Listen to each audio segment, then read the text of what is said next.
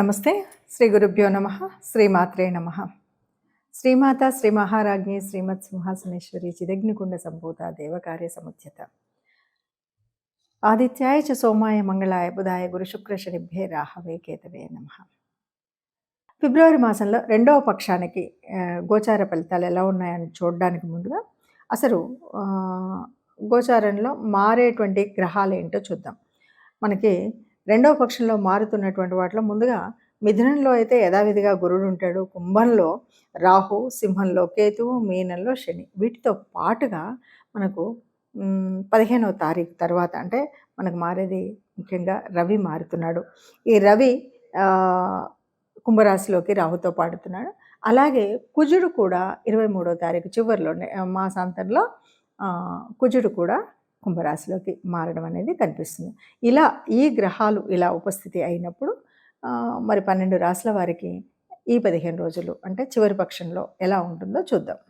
ఇక రెండవ పక్షాన్ని కనుక చూసినట్టయితే ఇప్పుడు చాలా మార్పులు కనిపిస్తూ ఉంటాయి. నెమ్మదిగా ఆలోచన విధానం మారుతుంది.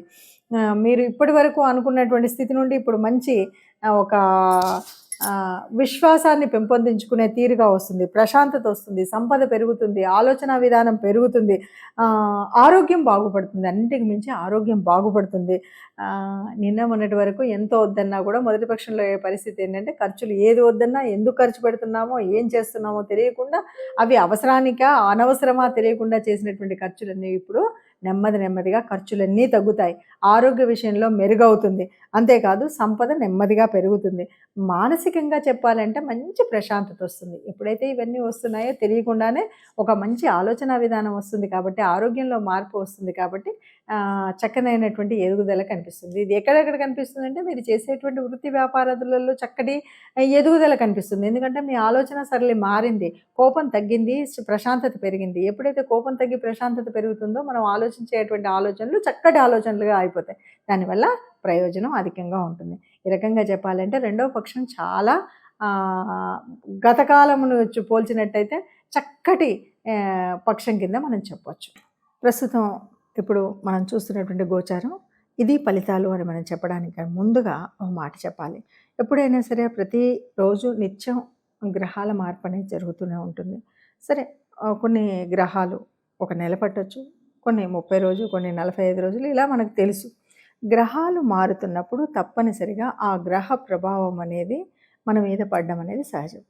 జన్మకుండల్లో ఉన్నటువంటి జాతకాల్లో ఎలా ఉన్నా ఈ గ్రహాలు మారినప్పుడు దాని యొక్క ప్రభావం తప్పకుండా మన మీద ఉంటుంది. కాబట్టి మనం ఎందుకు ఈ 10 రోజులకి, వారానికి, వారం ఎందుకు చూసుకోవాలి? ఈ గ్రహస్థితి, ఈ గోచారం వల్ల వచ్చేదేంటి అన్నది ఆలోచిస్తే కనుక తప్పనిసరిగా మనకు రాబోయే ప్రమాదాలే కాదు, లాభాలే కాదు, మన అసలు మానసిక స్థితి ఎలా ఉంటుంది, దీనికి ఎందుకు మనం ఏదైనా ఒడిదొడుకులు ఉన్నప్పుడు ఏం చెయ్యొచ్చు, ఏ రకమైనటువంటి పరిహారాలు చేసుకోవచ్చు అనేటువంటి విషయం తెలియాలి. కాబట్టి తప్పనిసరిగా గ్రహస్థితిని చూసుకోవాలి. ఇది మొట్టమొదటి విషయం. సరే, అలా అన్నప్పుడు మరి ఈ గ్రహస్థితిలో కొన్ని అంటే మీరు చెప్పారండి, లేదంటే ఇంకెవరు చెప్పినా కూడా మేము చూసినప్పుడు ఒక 15% లేదంటే 30% వరకే మాకు అనిపించింది అనేవాళ్ళు కూడా కొంతమంది ఉన్నారు. ఎందుకంటే గోచార రీత్యా చూసినప్పుడు దాదాపుగా కోటానుకోట్ల మంది ఉంటారు, అందులో ఉంటాయి. ఆ ప్రభావాన్ని బట్టి జన్మజాతకంలో ఉన్నటువంటి గ్రహస్థితిని బట్టి కూడా ఆ గ్రహాల యొక్క స్థితి, యుతి, దృష్టి ఇవన్నీ ఉంటాయి కాబట్టి వాటిని బట్టి కూడా కొంత ఉంటుంది. ఈ గోచార రీత్యా జరిగేది ఏంటంటే ఇప్పుడు కుజుడు ఇలా ఉన్నాడు, కుజుడు జన్మంలో ఉన్నాడు కాబట్టి ఈ ఈ రకమైన ప్రమాదాలు జరగవచ్చు. కాబట్టి ప్రమాదాలు, రక్తము స్థితో ఇవి మనకు కనబడతాయి కాబట్టి జాగ్రత్తగా ఉండమని చెప్పడం కోసమే చెప్పేటువంటి పరిస్థితి. కాబట్టి అలాంటివి ఏమీ లేకుండా ఉండడం కోసం సరే ఏ గ్రహానికి ఏ రకమైన దానం చేయాలి, ఏ రకమైన ఆలయానికి వెళ్ళాలి అనేది మనం తెలుసుకోవడం కోసం చేసేటువంటి ప్రయత్నం. ఇది అవసరమా అనవసరమా అనేటువంటి స్థితిలో ఉన్నవాళ్ళు చూడకపోయినా పర్వాలేదు. కానీ నిజానికి మనకి గ్రహాల ప్రభావం మన మీద పడుతుంది. మనం చేసేటువంటి పుణ్యం, మనం చేసేటువంటి దానం మనకు ఆ ఫలితాన్ని ఇస్తుంది అని నమ్మినటువంటి వాళ్ళు తప్పనిసరిగా మనం చూసుకునేటువంటి జాతకాలని కానీ గోచారం యొక్క ఫలితాలను కానీ తప్పకుండా తెలుసుకోవాలి. దానివల్ల ఉపయోగం ఉందా అంటే ఉంటుంది. ఎందుకు, ఎలా ఉంటుంది అంటే ఇంతవరకు మనం ఎదురు చూస్తున్నటువంటి ఎన్నో రకాల ప్రయాణాలు ఉండొచ్చు. ఎన్నో రకాల విదేశీ యానం కోసం ఎదురు చూస్తూ ఉండొచ్చు.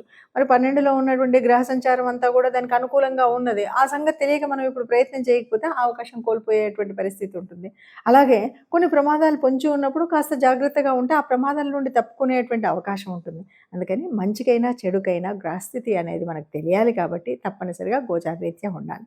ఇక్కడ ఒక విషయం ఎవరు చెప్పినా దాదాపు గ్రంథాల్లో నుండి చెప్పినప్పటికీ కొద్దిగా పరిశీలన, అనుశీలన అనేది అనుభవాన్ని బట్టి వస్తుంది. ఈ పరిశీలనలో మనకు నచ్చినట్టయితే మనం ఫాలో అవుతాం. నచ్చకపోతే ఫాలో అవ్వం. కానీ ఇక్కడ ఎవరైనా సరే ఎవరు చూసినా ఒక్కొక్కరు ఒక్కొక్కరి రకంగా చూసినప్పటికీ గోచారంగా ఈ గ్రహం వల్ల ఈ ఈ బెనిఫిట్ ఉంటుంది. ఇది ఉపచయ స్థానంలో ఉంది. లేకపోతే ఇది వ్యయంలో ఉంది అనేటువంటిది అందరికీ తెలిసిందే. అయినా దాన్ని పరిశీలించే విధానం కొంత తేడా ఉంటుంది కాబట్టి దాన్ని బట్టి మనం ఇచ్చేటువంటి ఫలితాలు ఎలా ఉంటాయో తెలుస్తాయి. ఒక్కటి ఏది ఏమన్నా అందరూ సుఖంగా ఉండాలని, ఆ సుఖంగా అందరూ సుఖంగా, సంతోషంగా ఉండాలి. మరి అలా అందరూ సుఖ సంతోషాలతో ఉన్నప్పుడు అందులో మనం కూడా ఉండాలి అని అనుకుంటూనే చెప్పేటువంటిది ఈ జ్యోతిష్యంలోని స్థితి. కాబట్టి అందరూ సుఖంగా ఆయురారోగ్యాలతో ఉండాలి అంటే తప్పనిసరిగా చేసుకోవాల్సినటువంటి రెమెడీస్ చేసుకుంటూ ప్రతి మాసం కూడా ఆనందంగా వెళ్ళొచ్చు. మనకి ఉత్తరాయణంలో వచ్చేటువంటి పండగల లిస్టులో కనుక చూస్తే పండగలో శివరాత్రి ముఖ్యమైనటువంటి పండగగా చెప్తాం. చలి పూర్తిగా తీసేసేటువంటి పండగ శివరాత్రి పండగ అని చెప్తారు. ఈ మాసంలో మనకి అమావాస్యకు ముందు వచ్చేటువంటి చతుర్దశిలో వచ్చేటువంటి పండగ శివరాత్రి. శివరాత్రి అంటే శివుడిని రాత్రిపూట ఆరాధించేటువంటి పండగన, లేదు శివుడు లింగ రూపంలో ఉద్భవించినటువంటి సమయం కనుక శివరాత్రి అనాలా. మొత్తము రాత్రినంతా జాగరూకంగా ఆ శివుణ్ణి ప్రార్థిస్తాం కాబట్టి శివరాత్రి అనాలంటే అన్నీ కలిపితేనే శివరాత్రి. శివుణ్ణి ఆరాధిస్తూ ఆయన్ను ఉపవసించడం అంటే ఆయనకు దగ్గరగా ఉండడం, ఆయన రూపాన్ని, ఆయన యొక్క స్థితిని ఆరాధిస్తూ 4 యామములో కూడా మనం అభిషేకం చేస్తూ ఒక్కొక్క అభిషేకంలో ఒక్కొక్క వస్తువుతో అభిషేకించి ఆ చివర జలంతో అభిషేకించి అందుకే మనం పంచామృతం అంటాం. నిజంగా పంచామృతంలో ఆవుతో చేసినటువంటి నెయ్యి, ఆవు పాలు, ఆవు పెరుగు అని మనం అంటాం.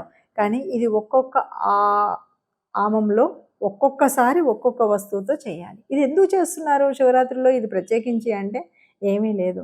నువ్వు నిజంగా ఉపవసించి అంటే ఏమీ తినకుండా స్వామి మీద మాత్రమే ధ్యాసతో ఉంటూ జాగరణ చేస్తున్నటువంటి సమయంలో నీకు ఏ రకమైన అనారోగ్యం కలగకుండా ఆ అభిషేకించినటువంటి ఆ స్థితి నుండి నువ్వు తీసుకునే ప్రసాదం ద్వారా నీకు శక్తి పొందడం కోసం ఇచ్చినటువంటి ఒక అద్భుతమైనటువంటి ఒక ప్రయత్నం ఒక అద్భుతమైనటువంటి ఉపాయం అని చెప్పాలి. అలా శివరాత్రిలో ఉంటుంది.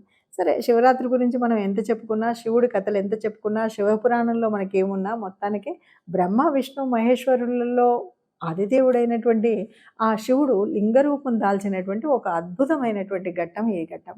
లింగ రూపాన్ని దాల్చడానికి కూడా కారణం ఎవరు అంటే మళ్ళీ బ్రహ్మ విష్ణువులే నేను ముందు అని కొట్లాడుకుంటున్నప్పుడు ఎవరు ముందో తెలుసుకోవడానికి ఆది అంతం లేకుండా ఎదిగినటువంటి ఆ లింగ రూపం ప్రతీక. అందుకంటే నేను అన్నది కాదు, అందరినీ లయం చేయగలిగినటువంటి వాడు. మరి శివుడి గురించి ఎన్ని కథలు ఎంత చెప్పినా కూడా ఏవైనా చెప్పుకోవచ్చు. శివపురాణాన్ని అందులో ఉన్న శివభక్తుల కథలు ఒక్కొక్కటిగా చెప్పుకున్నా శివుడు పాపం బోలాశంకరుడు. నీకు భక్తి ముఖ్యం కానీ నీకు ఎలా ఉన్నా పర్వాలేదన్నాడు. తిన్నని భక్తిని ఆయన స్వీకరించాడు. అలాగే అద్భుతమైనటువంటి 3 పూటల స్నానం చేసి సంధ్యావందనాలు చేసేటువంటి పూజని స్వీకరించాడు. ఆఖరికి శ్రీకాళహస్తిలో ఉన్నటువంటి పాము, సాలెపురుగు లాంటి వాటి యొక్క ప్రేమను కూడా, వాళ్ళ యొక్క భక్తిని కూడా స్వీకరించగలిగినటువంటి వాడు శివుడు. అంతెందుకు, శివుడు అంటేనే బోలాశంకరుడు అన్నాం, గరులకంఠుడు అన్నాం. ఎవరు ఏది అడిగితే అది ఇచ్చింది కాకుండా ఈ విశ్వం అంతా కూడా నాశనం అవ్వకుండా ఉండడం కోసం ఆ సంద్రంలో నుండి వచ్చిన ఆలాహలాన్ని గరళ కంఠంలో కట్టి పెట్టగలిగినటువంటి శక్తి ఉన్నటువంటి వాడు. తన బిడ్డలందరూ సుఖంగా ఉండాలి అన్నటువంటి వాడు. అంతేకాదు తన భార్యకు సగభాగాన్ని ఇచ్చినటువంటి అర్ధనారీశ్వరుడు బోలాశంకరుడు. ఏ రాక్షసుడైనా ఎవరైనా ఎప్పుడు ఏది అడిగినా వాళ్ళకి వరం తపస్సు చేశాడంటే వరం ఇచ్చినటువంటి శంకరుడు బోలాశంకరుడు. మరి అలాంటి శంకర తత్వాన్ని తెలుసుకోవడం కోసం, శివ తత్వాన్ని తెలుసుకోవడం, శివ పూజ ఎలా ఉంటుంది అంటే ఆ లింగాకారంలో ఉన్నటువంటి నేను ఏ ఆకారము నాకు లేదు, ఆది అంతం నాకు లేదు, అయినా సర్వాంతర్యామినైనట్టు నన్ను మీరు ఎక్కడ ఆరాధిస్తే అక్కడ మీకు ప్రేమను కురిపిస్తాను మీకు అని ఆయన కృపను అందించినటువంటి పండగ శివరాత్రి.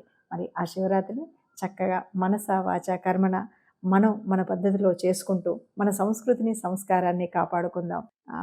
ఈ మధ్య కొందరు అడిగినటువంటి ప్రశ్నలకు నాకు చాలా వింతైనటువంటి ఆలోచన వచ్చింది. ఎందుకంటే మనం పెళ్ళిళ్ళు అనగానే ఎవరైనా పిలిస్తే పెళ్ళిళ్ళకి వెళ్ళినప్పుడు తప్పనిసరిగా వాళ్ళ కార్డు వచ్చింది మొదలు మన ఆలోచన విధానం మారుతుంది. ఎట్లా ఉంటుంది అంటే ఆ రోజు ఎలా వెళ్ళాలి, ఏ చీర కట్టుకోవాలి, ఏ సొమ్ములు వేసుకోవాలి, ఎవరితో వెళ్ళాలి, ఎప్పుడు వెళ్ళాలి, ఎప్పుడు రావాలి, ఇంత ప్రణాళిక ఉంటుంది. ఇన్ని ప్రణాళికలు ఉన్నప్పుడు ఒక్క విషయాన్ని మర్చిపోతున్నాం. మన ధర్మంలో చెప్పింది ఏంటంటే సుఖం కంటే కష్టానికి తప్పనిసరిగా వెళ్ళాలి.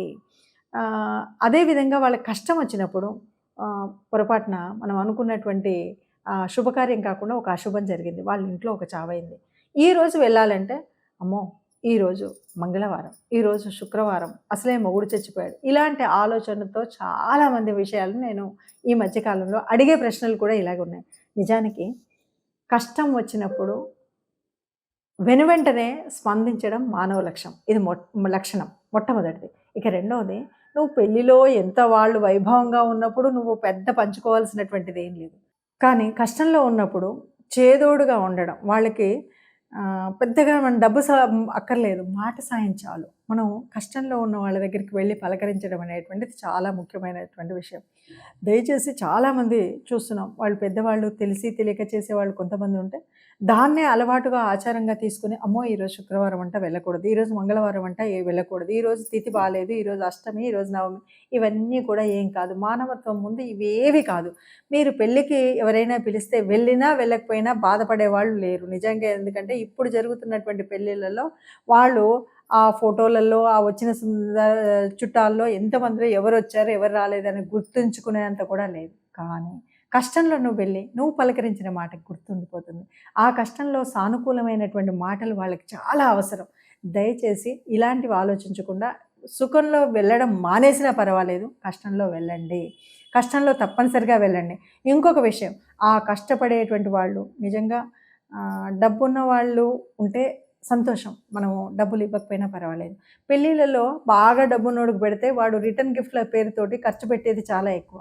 కానీ కష్టంలో ఉన్నప్పుడు కొంచెం ఒక మోస్తరు ఉన్నప్పుడు ఈ రూపంలో మనము వాళ్ళకి డబ్బు సహాయం కానీ ఇంకేదైనా చేయడం అనేటువంటిది ఒక ముఖ్యమైన విషయం. అందుకే పూర్వపు రోజుల్లో అలాంటివన్నీ ఉండేవి. వాటిని మార్చుకుంటూ ఇప్పుడు మనము మన ఇష్టానుసారంగా చేసుకొని మనం కొత్త కొత్త అవసరానికి నిజంగా మనం బొట్టు పెట్టుకున్నామా, గాజులు వేసుకున్నామా, చీర కట్టుకున్నామా అన్నది మర్చిపోయాం. కానీ ఇలాంటప్పుడు మాత్రం మళ్ళీ అన్ని గుర్తొచ్చి అయ్యో ఆవిడకి బొట్టు లేదు, నేను బొట్టు లేకపోతే మనం రోజు ఏమైనా బొట్టు పెట్టుకుంటున్నామా, 300 మంది స్టిక్కర్లతోటి తిరుగుతున్నారు కదా. ఇవన్నీ ఒక అనాగరికమైనటువంటి విషయాలను మనసులో పెట్టుకొని వాటిని ఒక కొత్త రకమైనటువంటి మనసును బాధపెట్టే విషయాలు కాకుండా కొద్దిగా మనుషులాగా ఆలోచిస్తూ ముందుకు వెళ్ళాలి. కష్టంలో ఉన్న వాళ్ళని పలకరించడం మంచి పద్ధతిని గుర్తించాలి.